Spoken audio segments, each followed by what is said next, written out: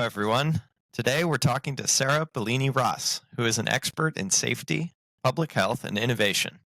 As the co-founder of Evolving Innovation, she has worked with everyone from global Fortune 100 companies to small local businesses, helping them create safer and healthier workplaces. Sarah is renowned for her ability to lead groundbreaking safety innovation initiatives and craft effective strategies using a human-centered design approach. When she's not immersed in the world of safety, she can be found on her sustainable farm near Salem, Oregon, raising grass-fed meats that feed Oregonians. And now, here's Sarah Ballini-Ross. Hello there. It's great to chat with you today, Josh. I look forward to talking about exoskeletons, something I'm really passionate about. Awesome. Yeah, thank you for being here, Sarah. And actually, this is the first time we're meeting. I've heard great things about you through the community, and especially from Matt Marino. Yeah, me and Matt have a good history going back a ways. We definitely started running field studies for exoskeletons. He was the unfortunate recipient of a lot of really angry videos from me trying out exos and having some issues with it. But he stuck around, and now we founded Evolving Innovation together, helping other companies figure out exoskeletons. Interesting. So I was going to ask that you kind of start us off with an overview of your career to date to set the stage for everyone. And it sounds like maybe you got started as a user of exoskeletons.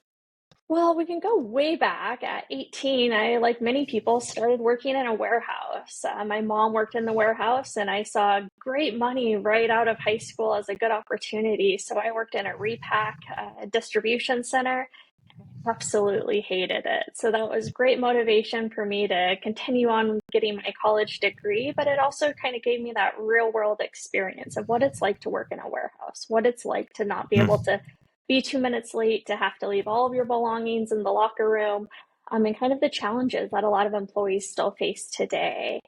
After working in the warehouse, I went to Oregon State University where I got my public health degree, and it really helped me understand how policy, systems, and the environment really influences someone's behavior. I worked at county health departments implementing a lot of different prevention programs, so pretty well versed in the whole concept of total worker health, of helping making employees healthier when they go home than when they start their day, but also understanding some of the challenges that we face today. I love problems, so I've tackled all sorts of problems as my career across my career. I joke that I'm a professional problem solver. I tried to fix some issues between Medicaid and Medicare and the hospital system for a couple of years during kind of the peak of healthcare transformation. And then I stumbled upon this great job at a workers' comp company that just sounded like an absolute dream of figuring out new ways to solve some long-standing problems. And that's where I really got started with my exoskeleton journey. Wow, fascinating. So, what was your role at the workman's comp firm? That's a organization I'm trying to understand better. Yeah, so I worked for a not-for-profit workers' comp company based in Oregon, and it was really great because I got to be a part of this really small but mighty safety innovation team where we were looking at new and innovative ways to help reduce some of our longstanding injuries across different industries that we insured. In the beginning, there was just three of us, so we were a very small but mighty team, but we did some great work, and it was really great getting to take new and emerging tech and put it in the hands of real businesses. We insured mostly small to medium-sized businesses, so I definitely kind of had that lens of what does it look like to use some of this really sparkly new technology with businesses that normally wouldn't have that opportunity. I had a safety tech library that I took out to businesses, and that was one of the best parts is we had 13 different exoskeletons a part of that library, and getting to expose thousands of people to the technology and see kind of what works and more importantly, what doesn't work with a lot of use cases. Fascinating. Could you maybe compare and contrast um, the view or the perspective working at Medicaid versus workman's comp? I imagine they're vastly different. You know why they are vastly different? One of the things that was a really big focus of the healthcare job was a person-centered approach. And I kind of took that lens into the workers' comp company of that end user approach is how do we keep the employee at the center of all of this discussions? Definitely, both of them are still insurance. So in the United States, insurance has a pretty bad rap for most people. It's not something a lot of people love to work with. So that was definitely kind of some common threads, but the whole idea of working on the prevention side of the insurance, I really enjoyed that we were investing in ways that we could prevent claims instead of just trying to figure out how we could pay out claims and do that. We were really focused on making Oregon one of the safest and healthiest places to work, and it was great kind of getting to think outside of the box in ways that a lot of insurance companies wouldn't do. That's cool. And exoskeletons could help both on prevention and recovery.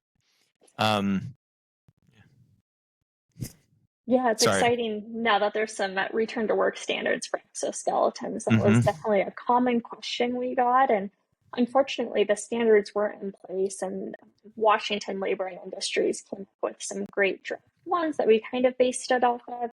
But it's definitely pretty complicated to start using exoskeletons more in the return to work fashion than it is to use them in a prevention based way.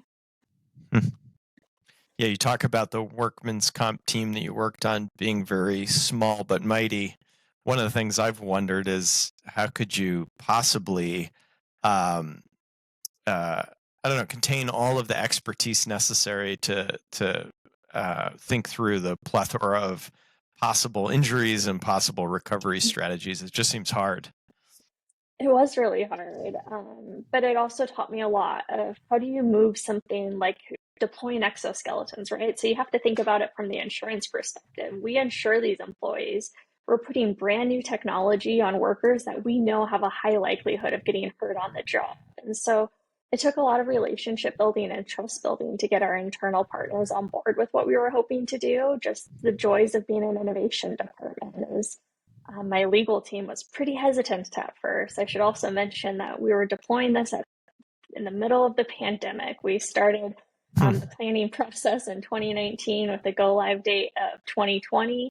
And so then the whole concept of we're going to be close to people, putting these on bodies in the middle of a pandemic. So it was a really good challenge, but we learned a lot of lessons of what does it take? How do you assess the right jobs? How do you match the right exoskeleton to the right jobs? What does it take to get employees engaged, leadership engaged, operations engaged in the discussion, and kind of what's that implementation secret sauce that makes a viable use of exoskeletons? Is it fair to say that the smaller workman's comp groups maybe have an advantage in terms of nimbleness and ability to try new things? I think it really depends on the company. I think that's where it's hard to kind of paint that in one kind of category because there's some large workers' comp companies who have really led the way also with exoskeleton use and piloting. There's a number of different workers' comp companies that have looked at exoskeletons in a variety of different ways. But it does get hard, right? Because we don't have necessarily those ROI case studies that we can say, if we invest Right. in these, we're going to save this money down the road. When you start talking about small businesses, oftentimes they'll never have a workers' comp claim. So then it becomes a really challenging discussion of how do you support things that we think can make a difference, but it doesn't necessarily pay off for the insurance company in the end. Fascinating. Yeah, I've just sort of casually asked people I know in manufacturing and warehousing, if they've thought about exoskeletons, if workplace injuries are a problem for them. And I've heard what you just said from some of the smaller ones. Sort of shrug and say, like, well, no, we don't really have injuries. Yeah. I mean, one of the figures that really stuck with me that we learned during orientation at the company is, and oftentimes a small business will go 17 years without a claim. So then you start thinking about how do you convince these companies that have pretty small margins, they don't have these large investors and outside funding, and they don't have big profits to invest some pretty serious money into prevention for their employees. And that was a big challenge. Cost was definitely one of the biggest barriers. We would go out and do these demo days of giving employees the opportunity to try an Exo, see if it would help with their job. But oftentimes we would sit down with the safety folks and leadership, and that was the tough conversation, is why it helps. That's a lot of money when we have maybe 50 employees. How do we justify $75,000 for devices? Sometimes can work, but oftentimes they get pretty hot and uncomfortable, and people may not want to use them all the time. I can't really guarantee that if you use this exoskeleton, you're not going to see any injuries. All right. So, given all the complexity that we're dealing with here, I was just curious if you could share maybe an application that you're most excited about today. Yeah. So one of the things we did is we really looked at our claims. So that's where the workers' comp company was magical, because we insured a ton of different businesses and we had a lot of back injuries. And so we were able to kind of drill into the data and see what are those industries that have a ton of low back injuries that might be a good fit for. And that's where I get really excited about the use of exoskeletons in fields like construction and agriculture. I've spent a lot of time on construction sites, and I have a farm and I have a lot of friends who are farmers. I'm married to a farmer, and agriculture is just a backbreaking industry to begin with. But there's definitely some challenges with the current design of many exoskeletons to be able to make it work in both of those environments. Warehouses, manufacturing, and logistics are kind of where exos were bred and born in a lot of cases. So it's a little bit easier application in those industries because you don't have all of the same barriers of PPE, maybe exposure to pretty extreme environments like you see in construction and agriculture. And that's where I get excited about seeing them being used in just any of the industries where we have a lot of back injuries. But it is a challenge when you start talking about the culture and the people who are doing the work and their willingness to accept it. We have a ways to go still. Yeah. So, do you feel like we had an interesting discussion, Matt and I, about applications that are or the framing of exoskeletons more as PPE versus as a tool to help someone return to work. And I have never thought about the fact that you don't really want a new form of PPE being a requirement to do the job, because that sort of implies that there's a hazard that you can't deal with without the exoskeleton. Is just thinking about this more after we had that discussion, I'm wondering if this sort of thing may present a cultural barrier that's not always obvious at first blush. Yeah. I mean, I think when you look at jobs that require a lot of physical demands on somebody's body, a lot of workers really pride themselves on their ability to be able to do that job and to do that job well. And so the idea that they're not good enough potentially and that they need this assistive device creates some challenges. We also just saw employees get picked on for using exoskeletons, kind of being that odd duck of the group. Are you the human forklift? Are you going to do this now? Are you Superman?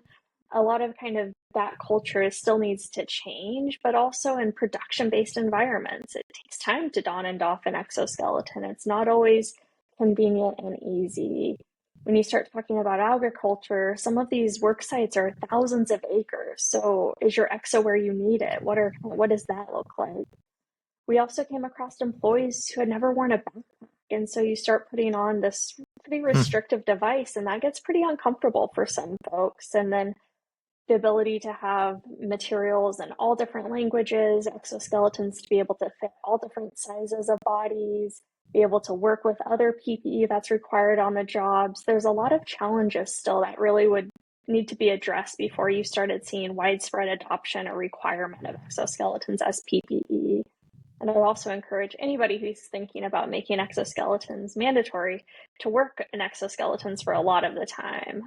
That's where I spent a lot of time in exos before I ever took them out to job sites to really understand the good, the bad, and the ugly. What it's like to wear an exoskeleton when it's 105 degrees and you're cooking to death and sweating like none other in an exoskeleton, to what's it like to wear an exoskeleton with ring gear or insulated workwear, to really understand all of those different dynamics before I asked any employees to kind of be my guinea pigs. Fascinating. With your background in public health, I've been curious if you see an opportunity there. Do you see a push there um, where exoskeletons could help us address issues like, you know, an aging workforce? Um, you know, well, I'll leave it at that. Yeah. Yeah, I mean, absolutely. You look at the average age of construction, average age of agriculture, it's getting up there. It's getting harder to find people willing to do those jobs. So retaining the workforce, keeping employees on the job longer is a critical thing. But one of the things we really lack in the United States is that prevention-based approach. You look across the pond and we see a lot better adoption in other countries around exoskeletons, where they view their workers a little bit differently than we do in the United States. They have more holistic approaches where, the medical costs and the workers' comp costs are kind of all rolled into one, making it make a little bit more financial sense, where right now it's hard to kind of justify for a company to invest in that, where you see other countries' governments investing heavily in exoskeletons. We don't have that same advantage in the United States currently. Hmm. Yeah, I think we hear discussions of offshoring versus inshoring manufacturing as part of our regular political discourse. And I'm talking to you from Pittsburgh, Pennsylvania, which is known as a robotics hub. And Mhm. robotics, automation is often seen as a way of addressing this too. I've started to think of exoskeletons as a solution that ideally everyone could get behind. It's enabling us to do more with less in terms of our existing human workforce. Yeah, I think that's where, being a safety practitioner, thinking back to the hierarchy of control. So if we can eliminate that really hard task through the use of a robot, that's fantastic. But then exoskeletons, and this is a highly debated topic of where they fall on that hierarchy of control.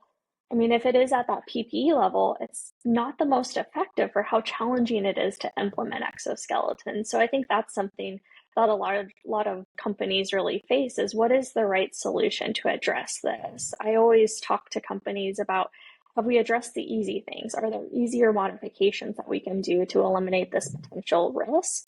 And if not, exoskeletons are kind of that last layer of defense because of the complexities involved with putting things on people's bodies, changing how they do their job, and addressing the barriers involved with exoskeletons. Yeah, that makes a lot of sense. And it's great that we have someone like you in the community who's both safety professional, so you can see the whole hierarchy of possibilities, but also exoskeleton enthusiast and advocate, helping it Yeah, push it forward. I definitely love exoskeletons, but I'm also pretty honest with people around the challenges. So I oftentimes say I probably talk more people out of exoskeletons than into exoskeletons, but I want to give them that full picture view of the good, the bad, and the ugly so they know what they're getting into. My biggest thing that I try to avoid is having a company be approached by an exoskeleton manufacturer, be sold the world, do a pilot, and then have a whole bunch of really fancy exoskeletons sitting in a closet somewhere because they didn't talk about all of the issues that come along with exoskeletons. And so I like to just give that real world perspective. I think that's where the farmer in me comes out, is I kind of understand the realities of you have to get the job done sometimes. And that's where sometimes safety works in this like ideal world that's isn't always possible. So I try to be that nice blend of real world practicality, but also based in science and prevention. So when you have these conversations with prospective users, do you talk in terms of case studies or use cases where perhaps you have seen success and maybe even some level of ROI? I love to if there's a good valid examples. That's one of the challenges around a lot of these larger companies who have invested heavily in exoskeletons. They're looking to use exoskeletons to give them that competitive advantage, and oftentimes aren't very public about their findings. A lot of it's done kind of hush hush. I've been fortunate to get to learn about some of those companies, but oftentimes things like NDAs are involved where I'm not able to really talk about with the learnings from that. And that's definitely stalled some of the success of exoskeleton adoption, of not being able to be transparent of what are we finding that works. There are some good case studies out there. Most of them are done by exoskeleton manufacturers, so you kind of have to take that with a grain of salt. A lot of the productivity studies are starting to really show some promising benefits, but a lot of the functional studies kind of that show the advantages of exoskeletons are done in a research laboratory and not necessarily on a job. And there's definitely some limitations with the case studies when you start looking at the sample sizes, the duration, how long people are actually wearing the exoskeletons for. There's not always great examples out there to be able to have that data to be able to share. Interesting. Yeah, and as a larger organization, I have to imagine, they're more likely to be involved in the actual development of the technology. Um, Whereas, a small business is going to be more just looking to leverage whatever is available off the shelf. But I was wondering if you could kind of compare and contrast that spectrum of, how big companies have been able to leverage the technology versus the smaller ones. Yeah, I mean, a lot of exoskeletons were designed specifically for a big company that they were experiencing some issue. They reached out to an exoskeleton manufacturer and said, here's our problem. What can you do to solve it? That creates a really great opportunity to create a specific exoskeleton. But then when that exoskeleton's commercialized, it may not fit into the other situations. We see that with the automotive industry. A couple exos have been developed specifically to solve a problem on the production line where they couldn't engineer it out given the nature of how the job needed to be done. And so they created an exoskeleton to get that solution in place. On the flip side, when a small or mid-sized business wants to try and adopt exoskeletons, there's often less barriers because they can be more nimble and more agile. But they're also not the intended audience of a lot of exoskeleton manufacturers. The exo manufacturers, for good reasons, are going over after those large companies where they have the potential of selling hundreds, if not thousands, of units if it works well. Where a small company, you might be looking at 1, 2, 3, 5 exoskeletons, making that conversation a little bit more challenging. Small companies oftentimes aren't going to have the volume to create customization to be able to fit their specific needs. I don't know how many construction companies I've taken exoskeletons to that they've absolutely loved it, but there was no way to make it work with fall protection, and that just wasn't a viable solution. But we didn't have enough of a force of saying like, okay, exoskeleton manufacturer, we need you to partner with a fall protection company to figure out how to make this work with fall protection or how to integrate fall protection with an exoskeleton. And so that's kind of the challenges when you're not a Fortune 100 company who doesn't have that clout to kind of make those, I don't want to say demands, but essentially demands of a manufacturer. Interesting. Yeah, I like the framing of exoskeletons as tools. And I Mm-hmm. think just fundamentally, the biomechanics of the human body gets pretty specialized to the individual and the task being performed. So if your goal is to assist those biomechanics, um, generally speaking, it's hard to do that with a general purpose, one size fits all sort of solution. Um, so as a developer, I am always trying to define the task and the intended population as specifically as possible in order to be as successful as possible. But you don't want to draw your scope too small, or it can be challenging to uh, build momentum and gain interest from the community, from investors, from whatever stakeholders might be relevant, because it could be seen as a niche solution. So I feel like this is an inherent conundrum in the field. Definitely. I mean, I think about shoulder exoskeletons of how many people want a shoulder exoskeleton to really help with lifting overhead, not necessarily just prolonged overhead exposure. And that's a really big challenge. That's where we saw a lot of serious injuries happening. But there aren't a lot of great solutions. And that's where like nicheness kind of comes in is when you start looking at the tasks that are involved. Well, are they in a confined space? Are they in a small area? Do they have other tools that are being required? How does this really work? It's hard. And I give a lot of respect to the people developing exoskeletons because it is a really complex situation where you do really need to understand that specific problem to be able to come up with a good solution. But how can you scale that solution across different industries? And that's where it was a lot of fun trying to see how does an exoskeleton design for manufacturing work in a different industry? How does one that was designed in a warehouse work on the construction sites? What can be changed easily and what really takes more iterations to be able to make it work? Yeah, I love it. And another thought I had, I liked your example of the back exoskeletons and the integration with the fall protection.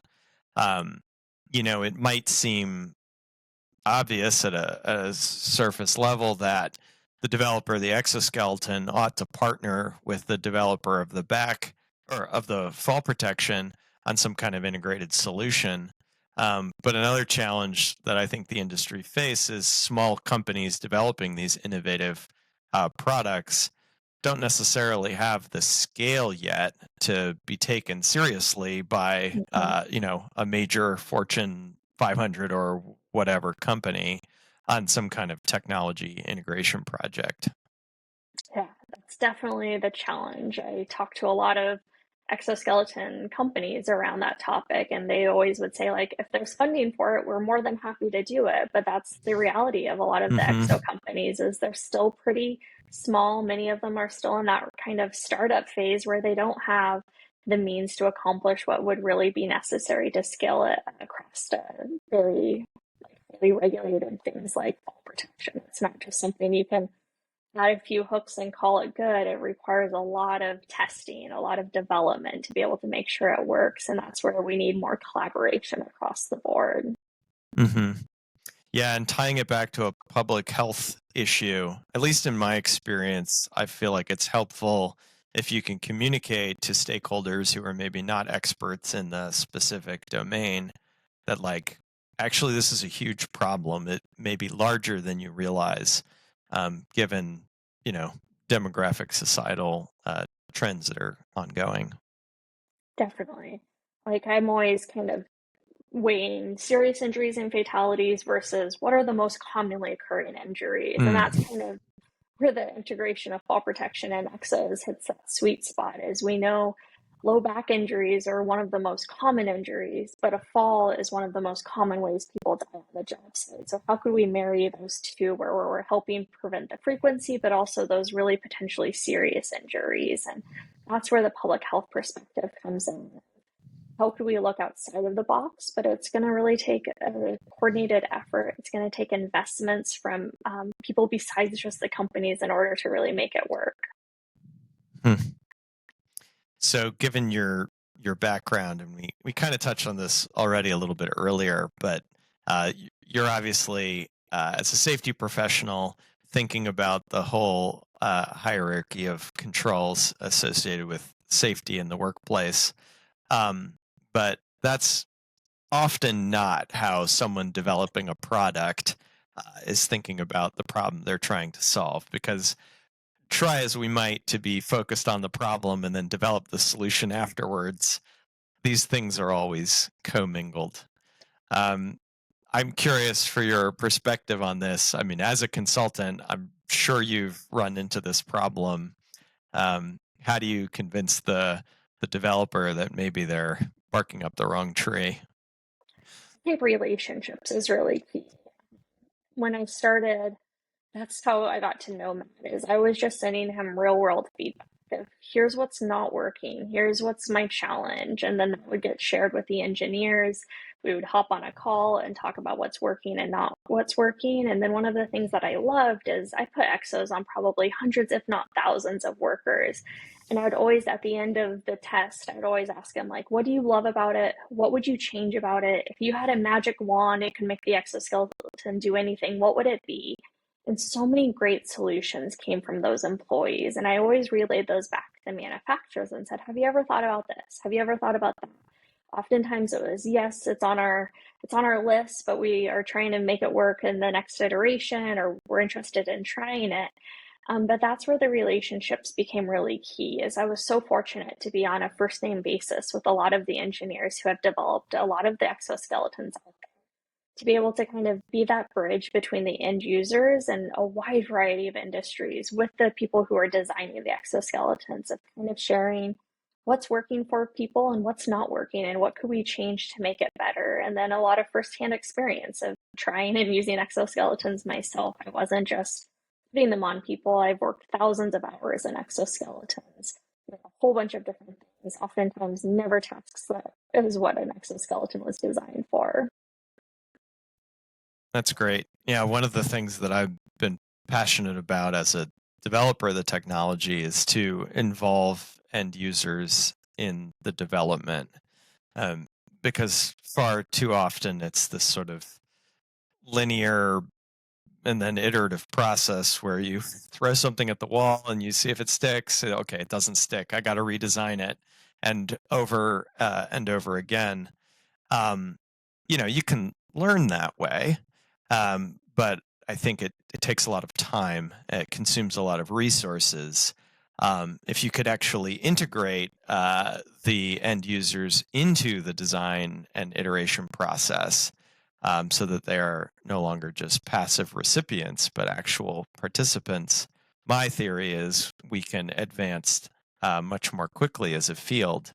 And we need to, because we're trying to solve some very hard problems with very limited resources.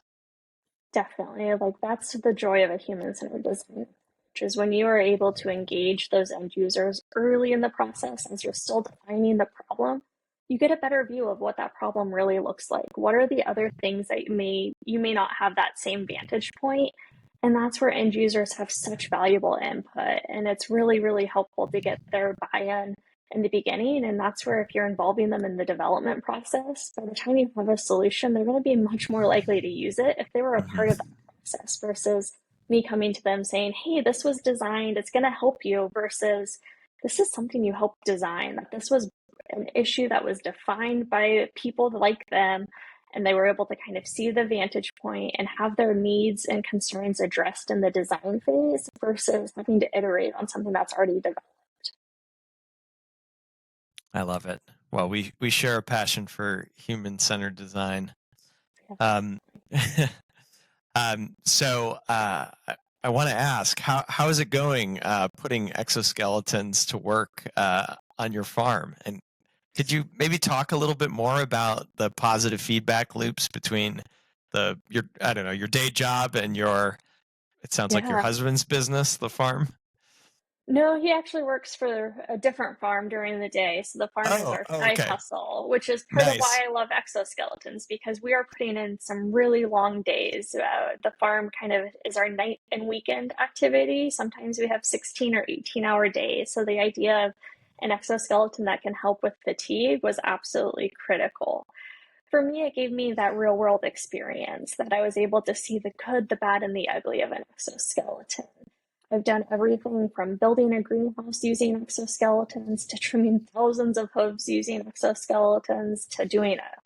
I've probably also moved hundreds of tons of hay using an exoskeleton, and criticized by ergonomists about using exoskeletons for hay when I should just engineer it out. But that's where, being a small business owner and a small farm, I also understand the realities of, you can't invest in everything. You have to make those hard choices. And that was one of the things that got me excited about being able to use exoskeletons on our farm, is I know that mine and my husband's bodies are going to be the rate limiting factor how long we're able to keep on. If either of us has a serious injury, we don't have employees. We don't have anybody else to do the job. That's a really serious threat to my business viability. And so trying to put all those protective factors around us as much as possible is absolutely crucial. It also has just taught me a lot about what does it look like to use an exoskeleton when it's pouring down rain and you have rain gear on. What's that order of operations of where the exo goes in comparison to all of your kind of farm gear. I also learned that goats absolutely love to chew on exoskeletons, that they are so curious about it that I'll have like sometimes 50 baby goats trying to gnaw away at my exoskeleton, and they're not really designed for that. I've also learned to appreciate how easy some exoskeletons are to clean and how challenging some exoskeletons are to get unfarmed. If you've ever tried to get wool out of Velcro, you'll know it's an uphill battle. So I have a couple exoskeletons that you can tell that I've used them around sheet. But it also kind of gave me that ability to relate with workers. Oftentimes, especially as a woman, I'd go out to a job site and be talking to these individuals who do really hard work, and they wouldn't really take me seriously because I'm just the safety person. And then I would start talking about using it on my farm, some of the things that I've done, understanding what it's like to wear an exoskeleton when you're already really hot and it's a hot day. And that allowed me to have a better rapport with employees to kind of relate on that real world experience, shared experiences. And that's where I was really fortunate to kind of have the farm as my playground with exoskeleton. So before I ever put an exoskeleton on somebody else, I had worked in that exoskeleton extensively. I had practiced with my husband. He's been my number one guinea pig. He's given me so much great feedback. Often you can't really take pictures of yourself in exos, so a lot of my exoskeleton pictures are of him doing various tasks. We put in almost a mile of water lines using exoskeletons because we were bent over trenches. That's kind of the joy of our farm is we're really big DIYers. I bought the farm before I was 30. I was young and pretty dang poor, and we bought a fixer-upper. So we've had a lot of work to do. And then we've had so many opportunities to try out exoskeletons to see what works and what doesn't work, and then be able to kind of understand what would some of those changes need to happen to be able to do it. I've also been able to share about the technology with other small farmers who would never be exposed to this. I'm pretty active on Instagram with my farm life, and I don't know how many stories I've posted where people are immediately responding, like, what is that? How do I get one? I have back issues, I have back pain. And that's where I look forward to the day where exoskeletons are widely available, that it's just something that anybody can buy. When I started with exoskeletons, most of them were just business to business. There wasn't no business to consumer route to purchase an exoskeleton. It's fun to watch how that's changed in the 5 years that I've really been active with exoskeletons, and I look forward to that continuing evolution of creating more accessible and affordable exoskeletons for all. On a personal note, I grew up on a small farm, produce farm, with my parents doing it as a side job, and they got totally burnt out after a Yep, few years of it's hard. that being a night and weekends job. So kudos to you for making that work. Yeah, luckily my husband's allergic to just about everything, so we're kind of forced into raising as much of our own food as possible. So even when we are pretty burned out, we don't have a lot of other options. So it's a huge part of our why, but that's also why we're really looking of how can we make our lives easier, because we know burnout is one of the biggest issues, right? We've gone on one vacation together since we've owned our farm because it is challenging to be able to get away when you have a whole bunch of different species, and we're starting to get more into plants and raising our own crops, and it creates some serious challenges. And then that's where if one of us has a back injury and we can't do what we need for 2 or 3 weeks, heaven forbid we have a surgery, it creates a nightmare of issues. And so that's where trying to prevent injuries in the first place is a really big goal that I have, where a lot of small farmers are just living in the moment, not really thinking about that until they get seriously hurt or not able to do what they need to do. Hmm. Yeah, that makes a lot of sense. Um, I wanted to ask you, a few minutes ago. You mentioned getting flack from both your safety professional friends, and you've been talking about some of the challenges with selling the technology to workers themselves. Um, I'm curious, how do you kind of thread the needle between yes, we want to be strong, we want to be tough, we want to be resilient, uh, and we want to be smart about the design of our workplace, and again, the hierarchy of of controls, but we want to try cool new things. I imagine part of it is uh, a balance of the um, well, I'm thinking about like a technology like the Segway, not to make fun of the Segway, but it looks awkward, it looks strange, and so you immediately have to kind of explain away the features and benefits. How do we make exoskeletons feel more normal, like part of the things that already exist in the world? I think we have to make them more comfortable first, right? We have to make them as comfortable as possible where we don't have the same key issues, where we make them be customizable, where they can work with a lot of different people.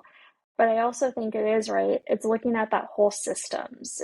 Have we addressed all of the other issues to be able to make it easier to use an exoskeleton? Do we have an ergonomics program? Are we doing job demands analysis so we have a good understanding of what are the jobs that could really benefit from that? So that's where it's challenging in a small company versus a large company where you may not have an advanced ergonomics program. You may not even know what ergonomics is for a lot of small businesses. And that's kind of the balance that it's going to take, is to be able to have enough data, enough case studies, enough stories to be able to make exoskeletons the easy solution.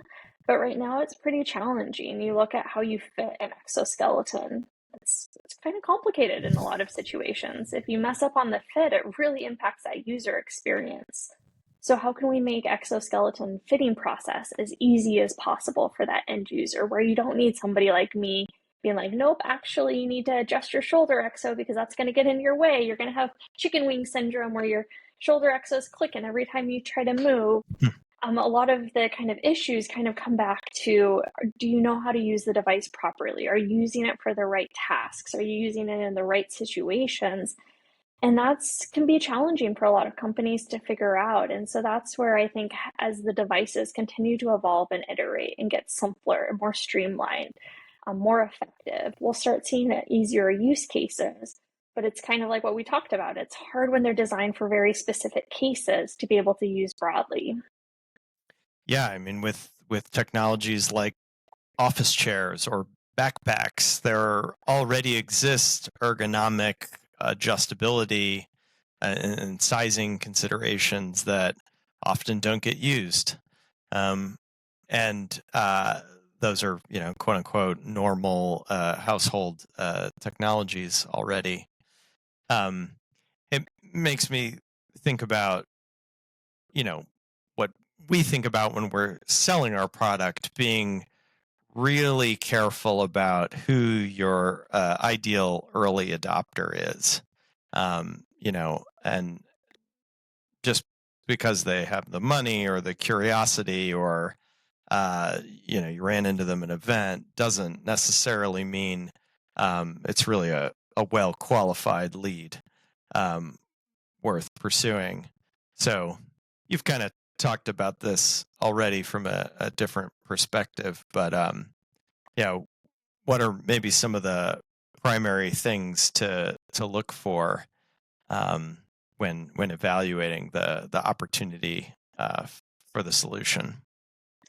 I think it's really defining that problem. So, right, is there a problem that a company is facing when it comes to something that an EXO could fit with?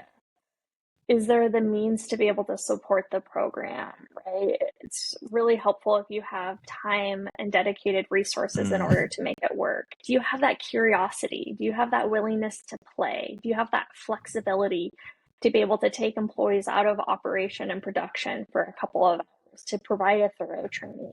Do you have the ability to reduce their workload in the beginning so they can really get to understand what the exoskeleton looks like? Do you have the resources necessary to support buying exoskeletons and being able to support the use of them through updating?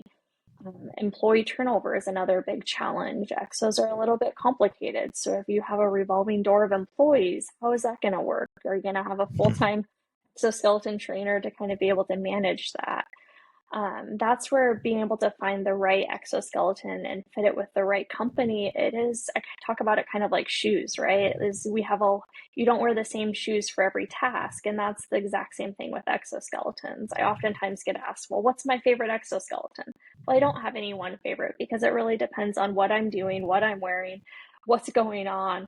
That's what kind of drives it. And so oftentimes I'll see a company that gets approached by one certain vendor, they'll do a pilot, and then the result is exos aren't a good fit for us. And really, it's that exo wasn't a good fit Mm-hmm. for us for X, Y, and Z. And so that's where I like to be pretty device agnostic, that I go in, I really look at what's the problem, and then talk to people about what are some options, both exoskeletons and non-exoskeleton options to alleviate that. And then giving employees a choice in that sense. Oftentimes, there may be a couple different exos that could work. So, giving employees the opportunity to try a few different exoskeletons to see what is it that they find to be the most comfortable and most useful, and then being able to kind of evolve from there. But that curiosity, that willingness to play, and also the willingness to fail is really critical. Oftentimes, companies don't want a pilot to fail, but we know across the board oftentimes they're not successful because it takes iterations. It takes some willingness to make some changes, learn from those challenges, and figure out how you can overcome them in future ones. And oftentimes it's a one-time shot with companies.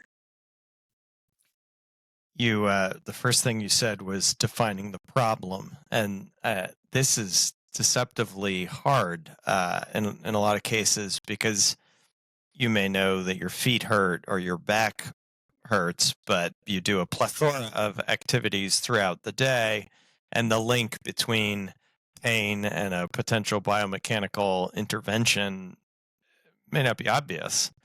Um, and from the problem definition, then you have to define the requirements of the solution.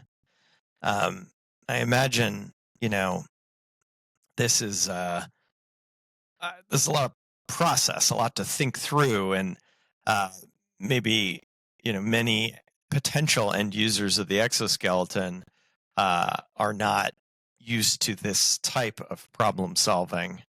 I imagine that's where you can come in and be pretty helpful. Absolutely. That's a lot of kind of where I've spent a lot of my time, is helping companies look at the whole picture, think through what would it take to really solve this in a way that is helpful for your employees, helpful for your organization, but also just makes sense. Because if it's something that would solve the problem, but nobody wants to use it, it's not going to work. So it's kind of that sweet spot of viability, that the solution's on the market and available, and that your employees are willing to use it. And that's that process piece that is really challenging. Oftentimes it takes time. We spend more time in the planning and discovery process than people spend in that piloting process. But that's what Mm-hmm. kind of creates a successful pilot, is when you really understand everything. You kind of mentioned the variable job tasks. That's one of the really big barriers we see with a lot of exoskeleton use and adoption, is in a lot of industries, employees are doing a lot of different things throughout the day. That's where it's easier on a production line or a manufacturing line, where employees doing one task all day long over and over again. I mean, let's not talk about the repetitive concerns around that, but it makes deploying an exoskeleton a lot easier than maybe one of my construction workers who is doing maybe 15 different tasks throughout the day, and 3 of them would benefit from an exoskeleton, but the other times it just kind of gets in the way. And so that's where being able to look at that holistic thing, it's not just watching one specific job task, it's really being able to understand from the end user, what does a day look like for you? And that's where some of those questions I would ask. What's the job you dread doing? What is the job that you know your back's going to hurt at the end of the day? Well, how much time are you doing that? And that's where that user's perception of what's hard, and if the exoskeleton is going to help them, that really helps drive adoption when they can see that match, versus having an ergonomist kind of do a fancy analysis and tell them what's wrong and how they could fix it, versus getting to hear it from them themselves and having them kind of think through that process. And then investing in that process and having end users be a part of that is what really drives that successful adoption and implementation when you are ready to move forward with exoskeletons. Hmm. So you mentioned analysis. You've talked about qualitative measures. You've talked about task performance. do you deal in your practice much with like direct biomechanical measures? That's where Matt and I make a great team Mm, because as a CPE, I have learned so much from him on the job sites. We were fortunate to get to run a lot of field studies together before we officially worked together. And that was one of the reasons I loved working with him is I learned so much of how to look at it outside of kind of my lens and be able to see what he can do. I mean, he has sensors for just about everything. He knows the proper way to be able to prove and test anything. But oftentimes you may not need to go to that level. And so that's hmm kind of knowing what's the right thing. What do your stakeholders need to know to make it work? A couple exoskeleton vendors have started using computer vision, and that's a great and easy way to be able to kind of show a task before and after with the exoskeleton. Are you reducing um, the hazards or are you increasing hazards in other areas while using the exoskeleton? And so that's where it's a great having the two of us together because I love talking to people, really understanding the human side of things. And then Matt's able to bring this really strong technical knowledge to that process. Hmm. Yeah, that's a great combination. All right. Well, we're getting towards the end here. I've really enjoyed the conversation. I hope sometime you'll be in Pittsburgh and we can show you what we do here at Humotech. We're mostly focused on lower extremity. Foot and ankle devices is kind of where we got our start, and we're moving our way up the body. But there are a lot of foot and ankle and lower limb injuries in the workplace. I feel like this is an unaddressed area. Any I, perspective on that? I completely agree. I started running about 6 months ago, and I mean, your feet are your foundation. And so if you start having issues with your feet and ankle, it's just kind of it's a bad situation and it starts creating knee issues and back issues. And I think that is one of the challenges. I've done a little bit with some leg exoskeletons, and that's where it gets pretty complicated when you start Mm-hmm. looking at how much a foot and ankle varies across people, how the movement patterns change. So I commend you guys for starting with a very challenging part of the body. It's definitely one of the harder parts to be able to address, but it's also an exciting opportunity because there are so many of those injuries out there. That was something that we definitely got a lot of questions about. How can we prevent somebody rolling their ankle? And Mm-hmm. that's where it's like you look at how many slips, trips, and falls happen on work sites, one of the leading causes of claims still, but it can be pretty complicated to address those issues because of how many variables are involved. And I would love to come visit you. I've never been to Pittsburgh. I hear you guys are kind of this like safety innovation hub that I'd love to learn more about and kind of get to see firsthand. Yeah, actually, you mentioned slip, strips, and falls, and I was at a safety summit earlier this year. I mean, it's just not normally a domain I'm tapped into, but I swear they said something about slips, trips, and falls being like maybe the most costly or the most prevalent workplace injury. Yeah. Yeah, so that's sobering. I didn't. I sort of fell into this space, and maybe it's because I'm kind of a bottom up thinker. I thought I'd start with the feet. It's the part of the body that interacts with the ground. Um, yeah, interesting. So, all right, well, great. I thought I like to close with a call to action, and our audience tends to be full of innovators, developers who want to make a difference. So, I thought maybe you could share with us your insights on an underappreciated aspect of exoskeletons that we developers should be paying more attention to. Well, I have to give a shout out to women. So oftentimes I see exoskeleton websites and instructions and advertisements, and it's full of men, and women make up half of the workforce, and if not more. So give that shout out, but also just really using that human-centered design approach of engaging end users early on in that design process, building relationships with actual companies to be able to test your prototypes and get that firsthand experience and feedback. And just thinking about how we can make these scalable solutions where it may be designed for a really specific problem, but what are the other ways that we could make a few small tweaks to be able to make it be more widely adopted? And also that comfort is key, and trying to make exoskeletons as comfortable as possible. Heat is, I would say, one of the number one issues that comes to using exoskeletons. So thinking about what are the materials that we're using to be able to make it be comfortable, but also not so hot that somebody wants to use. Coming back to like the feet and ankle, right? Do you have to wear it with specific shoes? Is it able to be worn with other things? So really taking kind of the blinders off of just focusing on the exoskeleton and looking at the employee as a whole, of what is it that they're doing all day, every day, and how can we make an exoskeleton that fits within their workday? That's great. Yeah, I mean, so much of this work has had its genesis in, academic environments, and for better or for worse, right? I mean, that's a great thing. There's such a source of knowledge and ideas, but um, yeah, there are equally many ideas being generated out on the farm, and like there's just a disconnect there between those two different worlds.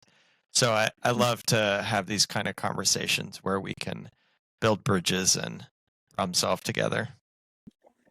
It's going to be the way of the future, is that collaboration of kind of connecting the dots and getting feedback or as part of the process. Yeah, awesome. All right, well, everyone, you have your marching orders. Thank you for your time, Sarah. I really enjoyed the conversation. Absolutely. Thank you. Have a great one. Yeah, you too. Bye. Bye.